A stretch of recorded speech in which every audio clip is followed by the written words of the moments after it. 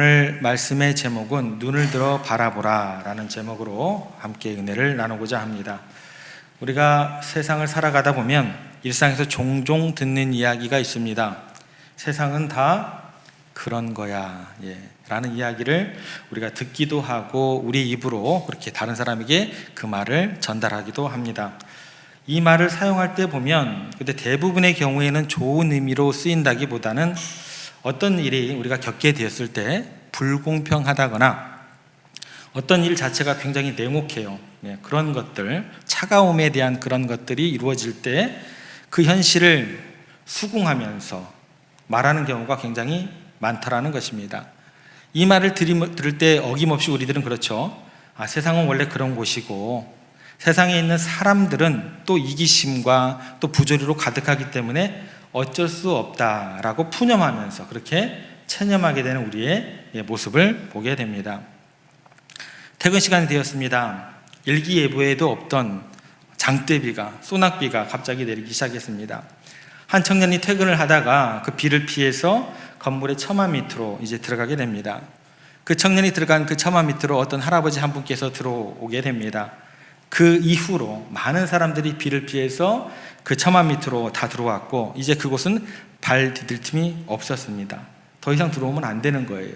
그런데 제일 먼저 와 있던 청년은 여기서부터 시작했는데 밀리고 해가지고 여기까지 간 거예요. 더 이상 들어오면 안 돼요.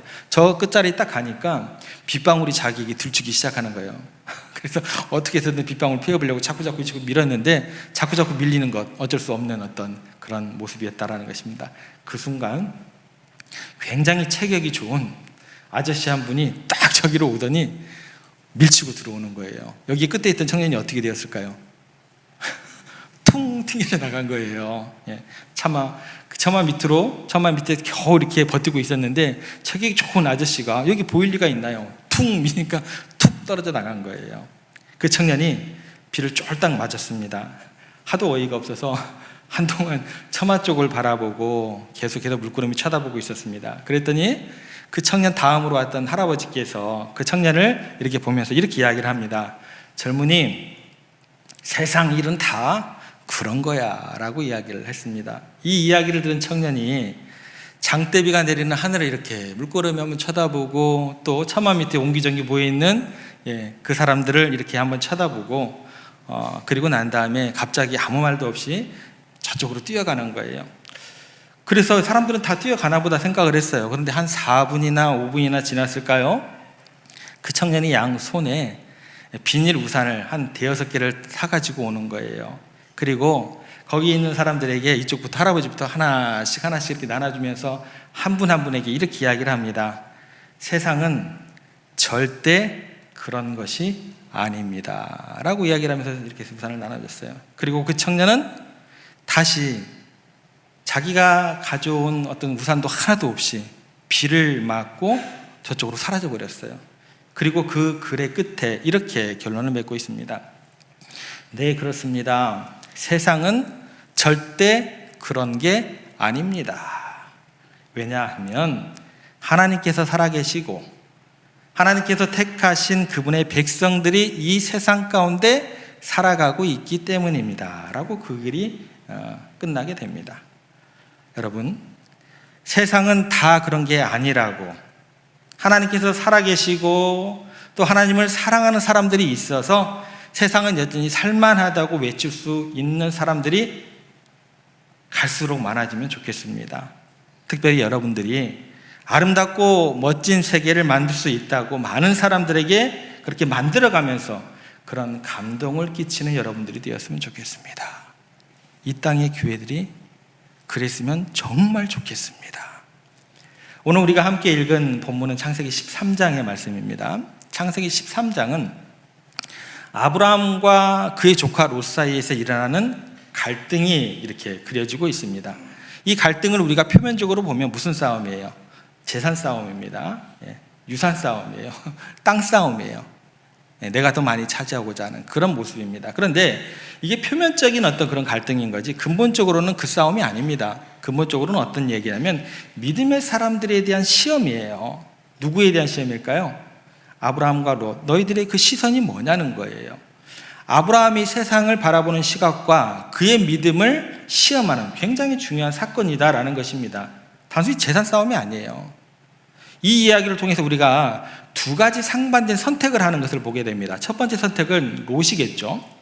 롯은 눈에 보이는 물질적인 풍요를 쫓아갔고 세상적인 시각으로 판단하고 행동을 하게 됩니다. 그러면 우리는 이렇게 생각이 되어지요. 이 롯의 행동을 보면 세상은 다 그런 거야. 롯의 행동을 보면 세상은 다 그런 거야. 내가 그럴 줄 알았어. 이렇게 우리를 낙심하게 만들 때 되게 되더라는 것입니다. 반면 아브라함은요, 하나님을 신뢰하면서 하나님의 시선으로 세상을 바라봤습니다.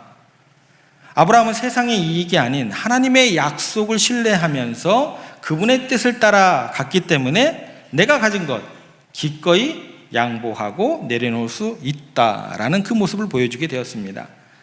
이 아브라함의 반응을 보면 우리는 어떤 마음이 생기게 될까요? 세상은 뭐예요? 절대 그런 게 아니다. 이렇게 아름다운 면이 있을 수 있다고 우리들에게 도전을 주는 그런 하나님의 말씀이 되더라는 것입니다. 오늘 우리가 나눌 말씀을 통해서 우리도 아브라함처럼 세상을 하나님의 시선으로 바라보면서 믿음으로 걸어가는 삶을 선택하셔야 돼요. 신앙이라는 것은 그냥 자연스럽게 물 흐르듯이 가는 게 아닙니다. 의지를 가지고 선택을 하는 거예요. 그래서 깨어 기도하면서 그 길을 가야 된다는 것입니다. 세상을 하나님의 시선으로 바라보시면서 믿음으로 걸어가는 삶을 선택하는 결단의 시간이 되었으면 참 좋겠습니다.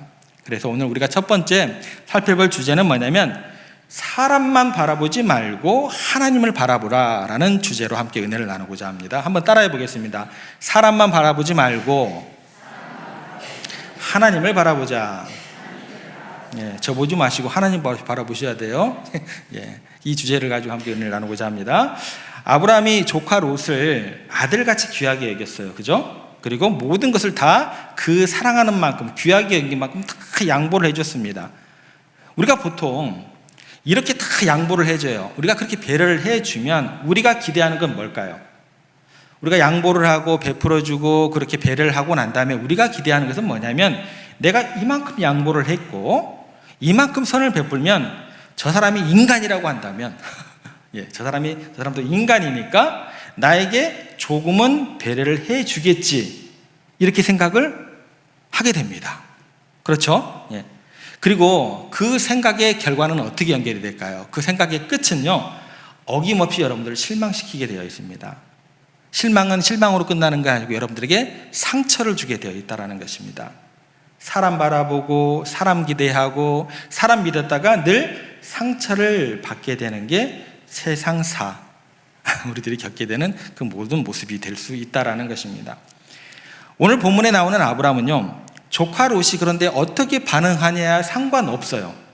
그냥 실망하지도 않는 것 같아요. 상처를 받지도 않는 것 같아요.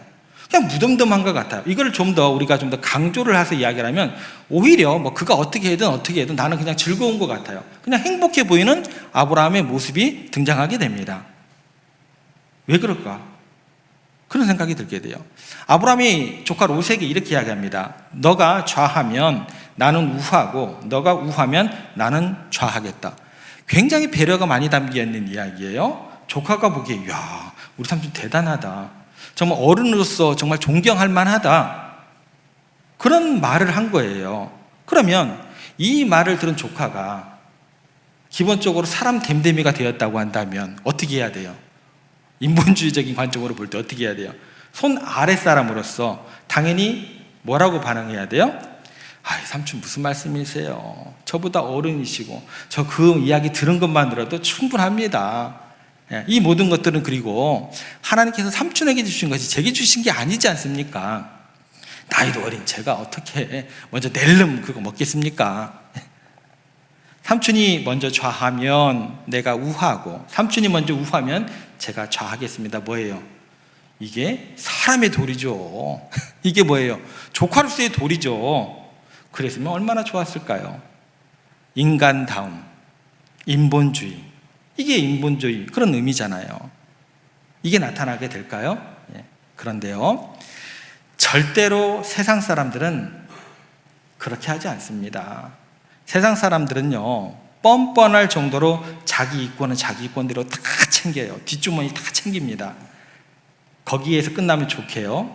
그것도 모자라요. 선을 행하면 그 선을 선으로 갚는 게 아니고 뭘로 갚을까요? 악으로 갚는 것이 뭐예요? 세상입니다. 롯에게 제대로 대우를 받지 못한 아브라함 어떻게 해야 돼요? 악은 악으로 갚아야죠. 그죠? 롯에게 제대로 대우를 받지 못했던 아브라함은 그럼에도 불구하고 그런 인간을 끝까지 선으로 대하고 은혜를 베푸는 모습을 보게 됩니다. 어떻게 이게 가능하냐는 거예요. 아브라함은요, 롯을 그대로 보지 않고 하나님을 통해서 롯을 바라봤다라는 것입니다. 그런데 막상 우리는 이런 아브라함의 모습을 보면 어떻게 느껴지세요? 답답하죠. 저런 칠푼이 같으니라고. 지 목도 못 챙겨 먹고 뭐 하는 짓이야. 그렇잖아요. 저도 그래요. 막 답답해져요. 왜 손해를 보는 거야? 이해가 안 돼요. 막 화가 납니다. 그런데 재미있는 것은 뭐냐면 이 이야기의 결국이 어떻게 진행되는가예요. 그 결과가 어떻게 주어지냐는 거예요. 우리들이 생각하는 방향으로 전개가 되지 않습니다.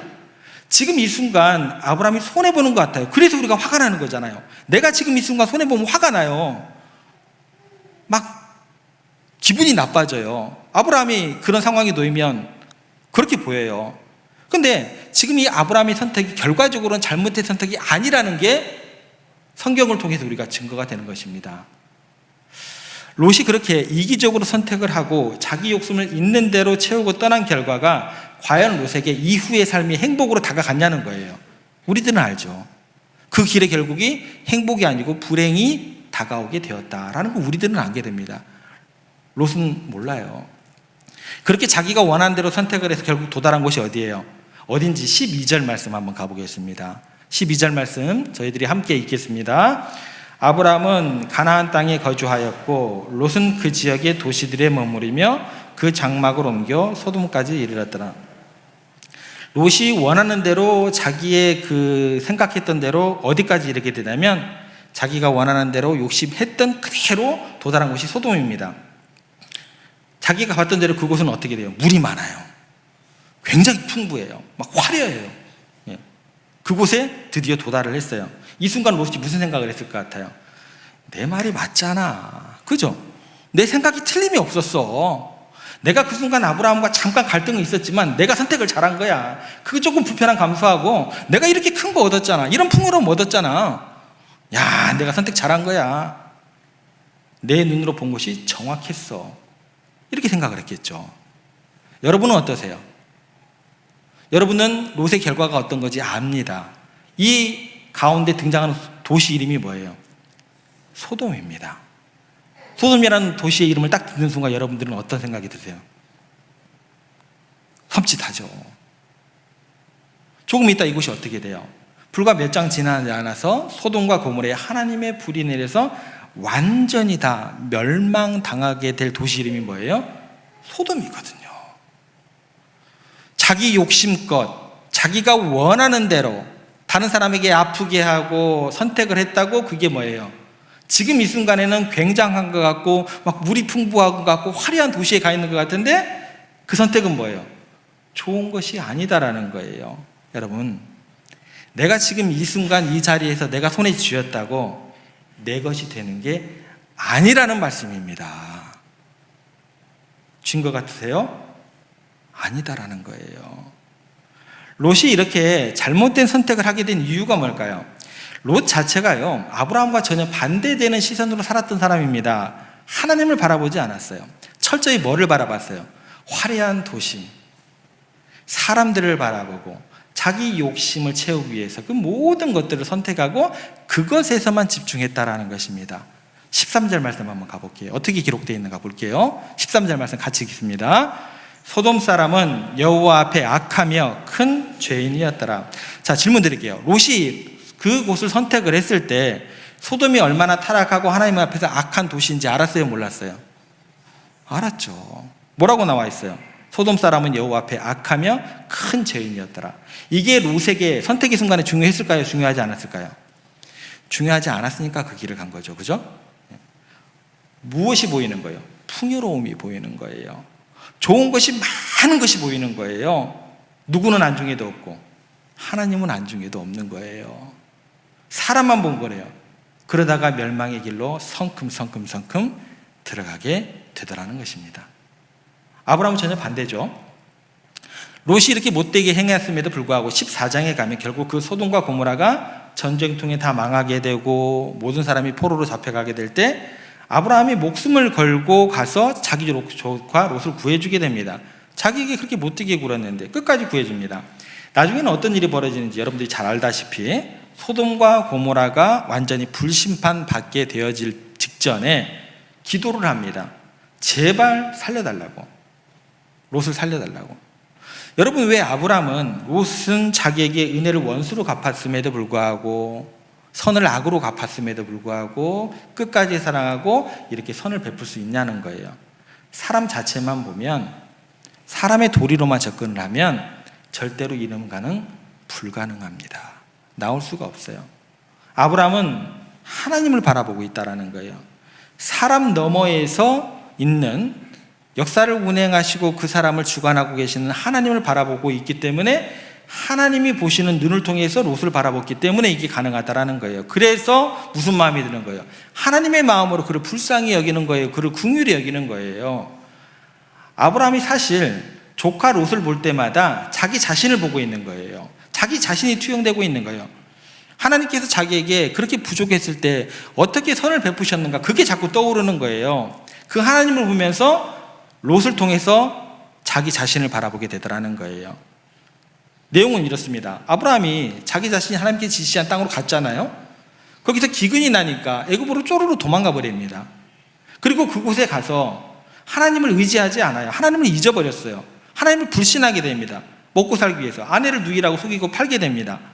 그렇게 잘못을 했음에도 불구하고, 부족함에도 불구하고 하나님이 자기를 버리시지 않은 것을 경험했다라는 거예요. 오히려 하나님께서 아브라함을 내 선지자다. 무슨 선지자예요 그게? 잘못했는데 바로에게 그래요. 내 선지자다라고 하면서 오히려 바로를 치시고 아브라함에게 은혜를 베풀면서 더 복을 주셨다라는, 거부가 되게 하셨다라는 것입니다. 하나님이 자기를 이렇게 대우해 주셨다는 것을 생각할 때마다 자비로우신 하나님, 은혜로우신 하나님, 나는 하나님께 악을 행했는데 나를 사랑하시고 용서하시는 하나님을 생각하니까 조카 롯이 자기에게 아무리 못되게 굴어도 하나님께서 자기에게 대하신 걸 생각하니까 하나님께서도 조카 롯을 나처럼 용서해 주실 것을 생각하게 되고 그 하나님을 믿다 보니까 롯에게 함부로 할 수가 없게 되더라는 거예요. 롯을 직접 보는 게 아니고 하나님을 통해서 롯을 바라보게 되니까 롯이 어떻게 되는 거예요? 지금 이 순간이 불쌍해 보이는 거예요. 안타깝게 보이는 거예요. 다시 말해서 세상 사람들이 다 그래도 그렇게 하지 않을 수 있었던 것은 뭐냐면, 한결같은 사랑으로 대할 수 있었던 것은 뭐냐면, 그렇게 세상 사람들과 다르게 훌륭하게 대할 수 있었던 것은 뭐냐면, 사람만 보면은 돼야 안 돼요. 안 돼요. 여러분 옆에 계셔 있는 성도들을 그 사람 그 자체로 보면 절대 그 사람 사랑하지 못합니다. 그 사람 용납함이 여러분들 가운데 허용이 안 되는 거예요. 다시 말씀드릴게요. 인본주의로는 안 됩니다. 사람의 도리로 안 됩니다. 하나님의 은혜를 생각하고 하나님만 바라봐야지 사람에게 끝까지 선을 행할 수 있고 끝까지 사랑할 수 있는 우리들이 될 수 있다라는 것입니다. 그런데 여기서 문제가 하나 생깁니다. 무슨 문제가 있게 되냐면, 아브라함이 그렇게 하나님을 직접적으로 바라보면서 롯의 성을 행하고 롯에게 그렇게 잘해주려고 애를 썼으면 그게 어떻게 돼야 돼요? 가는 게 있으면 오는 게 좀 있어야 되는 거잖아요. 선으로 열매를 맺어야 되는 거잖아요. 그죠? 그런데 너무나 안타까운 사실은 뭐냐면 그 모든 것들이 선으로 돌아오지 않아요. 절대로 안 돌아옵니다. 그래서 이제 서운해지는 거예요. 그래서 더 힘들어지는 거예요. 아브라함은 이 현실을 보면서 어떤 생각이 들까요? 나는 믿음의 사람이야. 나는 하나님의 부르심을 받은 사람이야. 내가 이 정도 시험에 넘어질 것 같아? 내가 얼마나 거룩한 사람인데 절대 이 시험이 내게 하나님의 길을 떠나게 할 수 있는 그런 시험거리도 안 돼 라고 했을까요? 여러분 생각은 어떠세요? 상처를 안 받을 것 같으세요? 아브라함이? 저나 아브라함이나 별반 차이가 없어요. 똑같이 상처를 받게 됩니다. 이쯤 되면 아브라함 선택이 어떻게 돼야 돼요? 야, 내가 뻘짓했다, 괜한 짓 했다. 그 상처 때문에 그 모든 것 무효다고 포기를 해버려야 되잖아요. 그죠? 근데 이 배신감으로 인해서 상처를 받을 때마다 아브라함이 취했던 독특한 행동이 있습니다. 그 행동을 우리가 알아야겠어요. 어떤 행동인지. 그것이 뭐냐면 아브라함이 의지를 발동시킵니다. 제가 처음에 말씀드렸습니다. 신앙은 자연스럽게 물 흘러가듯이 흘러가는 게 신앙이 아닙니다. 말씀을 들었으면 의지를 가지고 선택을 하는 거예요. 의지를 발동을 시키는 거예요. 그걸 뭐라고 해요? 거룩한 부담감을 가지고 결단을 한다라고 이야기를 하는 것입니다. 그래서 아브라함이요, 배신감으로 사무쳐질도록 더욱더 상처가 입을 때면 입을 때일수록 취했던 독특한 행동이 뭐냐면 의지를 가지고 더 하나님을 부르고 더 하나님을 바라보고 더 하나님을 찬양하고 더 하나님을 전심으로 예배하려고 노력을 하게 됩니다. 그 내용을 4절 말씀 한번 보겠습니다. 4절 말씀이 어떻게 기록하고 있는지 저희들이 함께 읽겠습니다. 그가 처음으로 제단을 쌓은 곳이라 그가 거기서 여호와의 이름을 불렀더라. 너무 낙심이 되는 거예요. 너무 괴로운 거예요. 너무 힘든 거예요. 그럴 때 어떻게 했다고요? 제단을 쌓고 더 크게 하나님의 이름을 불렀더라. 더 예배의 자리로 깊숙이 나아갔다라는 것입니다. 18절 말씀 또 한번 보겠습니다. 18절 말씀 어떻게 기록되어 있는지 볼게요. 함께 읽겠습니다. 이에 아브라함이 장막을 옮겨 헤브론에 있는 마므레 상수리 수풀에 이르러 거주하며 거기서 여호와를 위하여 제단을 쌓았더라. 역시나 너무나 힘든 거예요. 왜 저에게 이런 마음의 상처를 중첩되게 허락하십니까? 너무나 상처를 받고 힘이 드니까 가는 곳마다 아브라함이 뭐 했어요? 하나님께 제단을 쌓은 거예요. 그렇게 하나님을 부르고 하나님을 바라보고 하나님께 더더욱더 신령과 진정으로 예배를 드렸다라고 기록되어 있습니다. 여러분, 사람만 바라보면요, 여러분들은 그냥 낙심하게 되는 거예요. 그냥 포기하게 되는 거예요. 아브라함은요, 늘 예배를 드렸기 때문에 하나님의 영광을 위해서 참고 하나님을 사랑하기 때문에 사람을 사랑할 수 있는 그 사람 사랑이 그래도 끊어지지 않고 그렇게 그 삶의 자리에서 행동으로 나타났다라는 것입니다.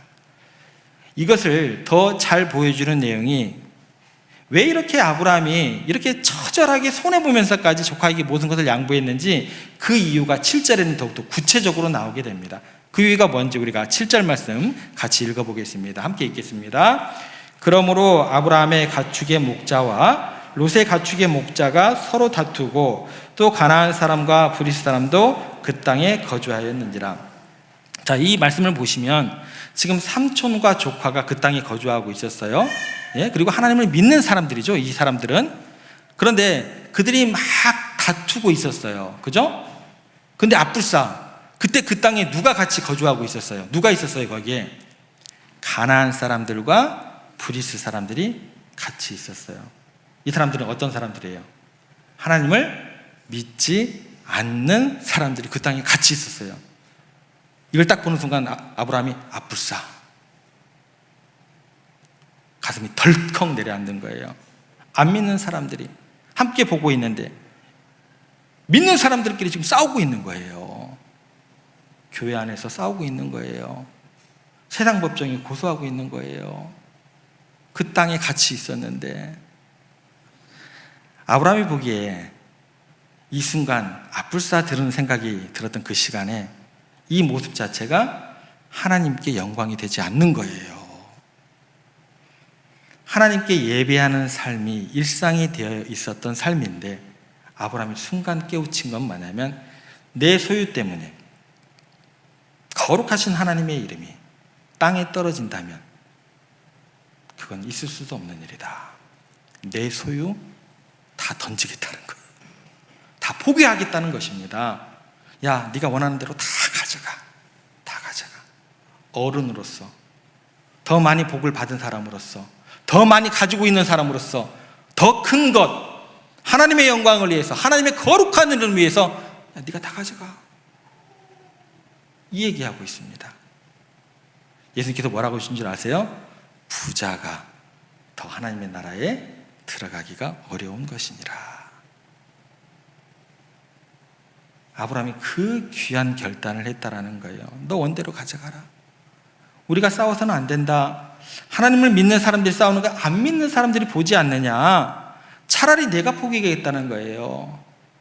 하나님을 바라보고 하나님의 영광을 위해서 바라보니까 그 순간 어떤 결단이 주어지게 돼요? 의지가 발동이 돼요? 어떤 결단이 주어지게 돼요? 다 내려놓을 수 있게 되더라는 것입니다. 고린도 교회에서 바울이 이런 말을 합니다. 너희가 어찌하여 세상 법정에 교회 문제를 가지고 고소를 하느냐. 차라리 손해보고 다 일어나는 게 낫지 않은 거예요. 세상 법정에서 이기면 이기는 걸까요? 여러분 생각은 어떠세요?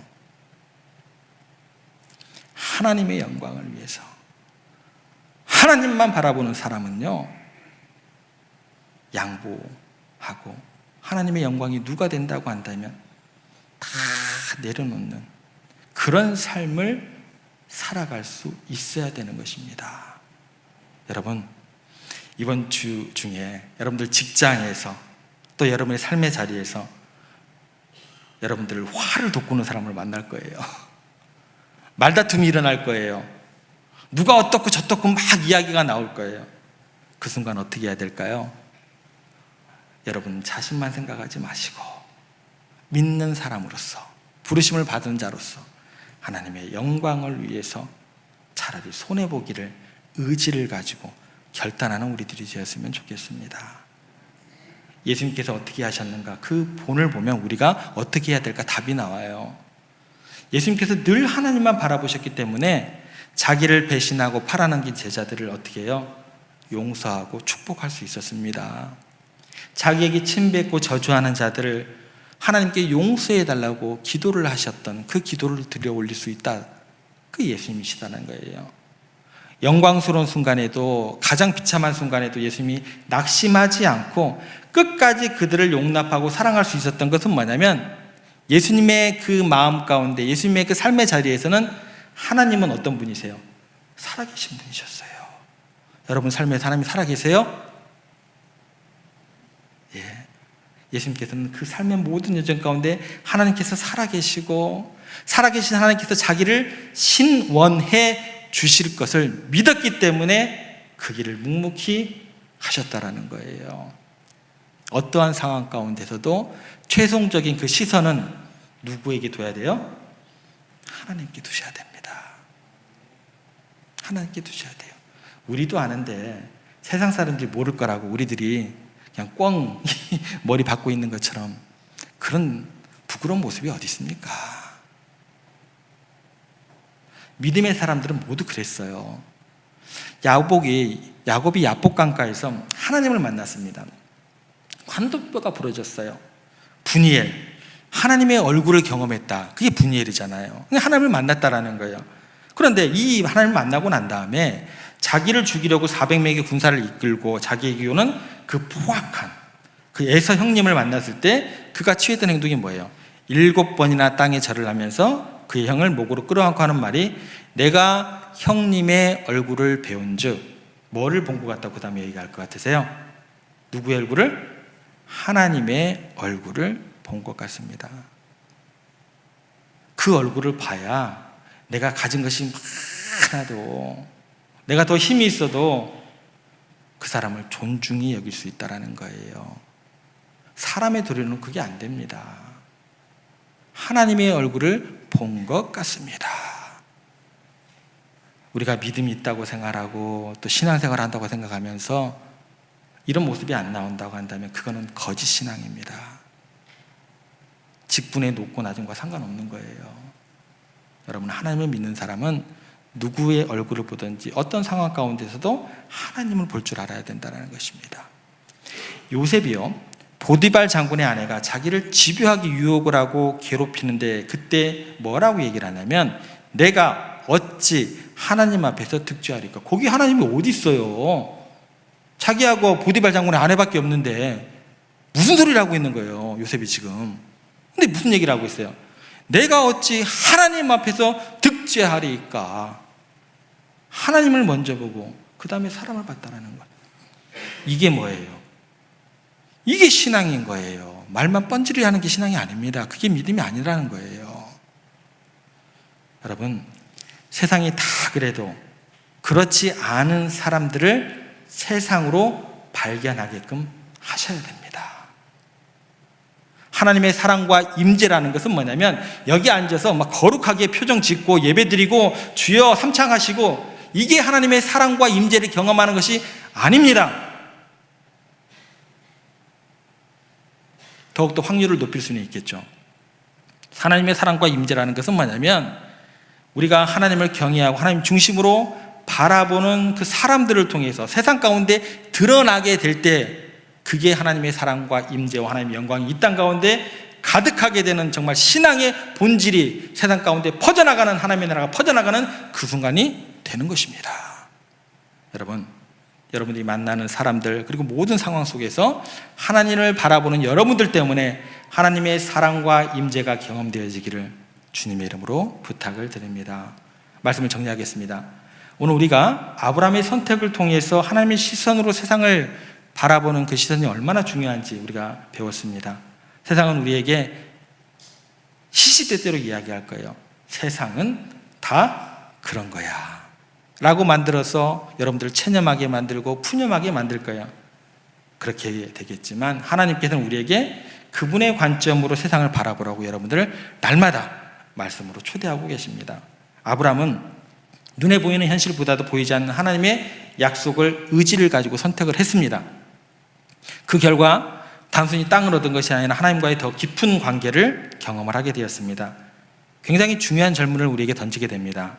우리의 일상의 결정들을 할 때 여러분들이 무엇을 기준으로 삼고 결정을 할 것인지, 세상의 기준인지 아니면 하나님의 기준인지, 이번 한 주간 이 질문이 여러분들에게 주어졌습니다. 하나님의 시선으로 세상을 바라본다는 것은 뭐냐면 단순히 긍정적인 사고방식을 갖는 것 그 이상입니다. 인본주의라든지 사람의 도리 그 이상이다라는 거예요. 그걸로 세상 가운데 신앙의 모습을 나타내려고 하면 여러분들은 기필코 실패합니다. 그 이상이다라는 거예요. 하나님을 우리의 삶의 중심에 모시고 살아야 되는 그 영역까지 가셔야 된다는 거예요. 그런데 그 삶 자체가요, 때로는 우리를 굉장히 아프게 할 수 있어요. 굉장히 불리하게 보일 수 있어요. 그런데 먼 미래의 일로 놓고 봤을 때, 장기적으로 볼 때 그 삶 자체가 여러분들에게 모든 것이 합력하여 여러분들에게 복과 평안으로 하나님께서 인도해 주실 그 믿음 가운데 거하시면서 신앙생활을 하셔야 된다는 것입니다. 오늘 말씀을 마음에 새기시고 이번 한 주 동안 여러분의 일상 속에서 세상을 바라보는 우리의 시각들을 하나님의 시선으로 구하는 그런 연습들을 하세요. 매일이 연습이에요.